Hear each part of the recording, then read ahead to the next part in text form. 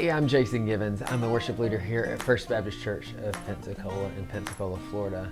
I've been here 6 years and have just really enjoyed the process of learning to lead at a church. So I have 4 questions that I want to go over. They are just ones from, why we worship, how have you gotten into it, all kind of different things. So let's get into it. First question is, was there a specific moment when you felt called to worship ministry? And yes, so growing up, I played guitar. I started at 10 and played, always played in church and enjoyed that, loved getting to do that. But it was 9 months before we got here to First Baptist, I really felt called in that time to full-time worship ministry. And it was just neat how at the church I was at, it was just interim. It wasn't a full-time job. It was just a time to learn, to grow, to realize that this is something I enjoy doing. I love getting to see people and students and kids worship and learning that we can sing out. Doesn't mean you have to have a great voice, but just singing out and proclaiming the truths of Christ is what's something that I really enjoy, and that's what I've gotten to do here at First Baptist. Next is, what does worship mean to you personally? So, growing up in Montgomery and in the state of Alabama, football is huge. And so as an Auburn fan, sometimes it's tough, but you see people at football games, almost 100,000 people in a stadium cheering and just, screaming and all of this. And I remember even losing my voice being at games because I screamed so much. At it, and that is a form of worship. And so seeing that growing up, people make that an idol, make that something that they worship. Well, in the same way, we're created to worship.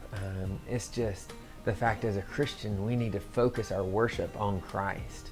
And so for me, it is not allowing the things of the world to be what I worship. And I still struggle with this and still have trouble always doing this, but it's a reminder that music is an option and a possibility to be able to take it, sing and proclaim, and to worship and give back to the Lord. The next question is, share a powerful moment or memorable worship moment you've experienced while serving.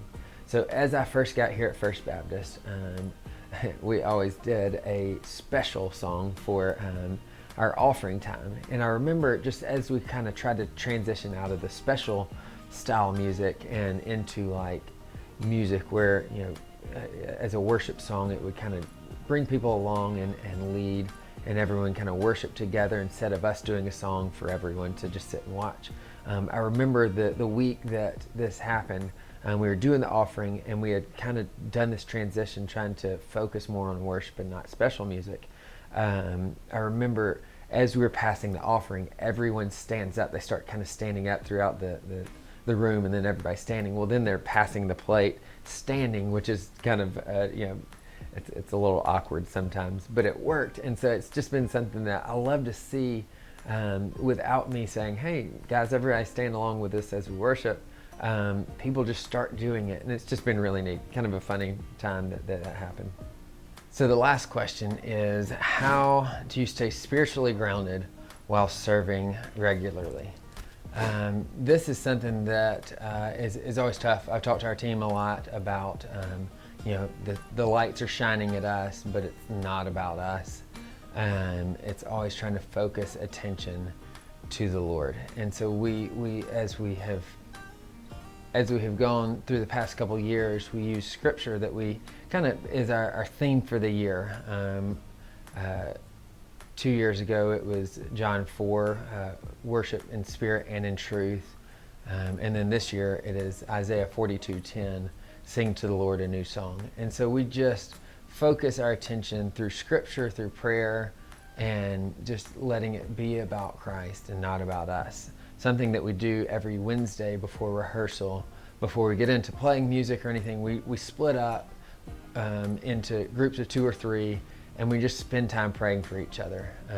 And I always feel like if it cuts into our time to practice, I'm okay with that. I would rather us spend time praying than necessarily practicing music, because I think that prayer and that community is so important for us as worship leaders. Well, I hope you guys have enjoyed this. I look forward to getting to do a little bit more of this stuff, whether it be me talking or some other folks on our team or other worship leaders around town. I just want to hear just stories of what the Lord is doing in other people's lives.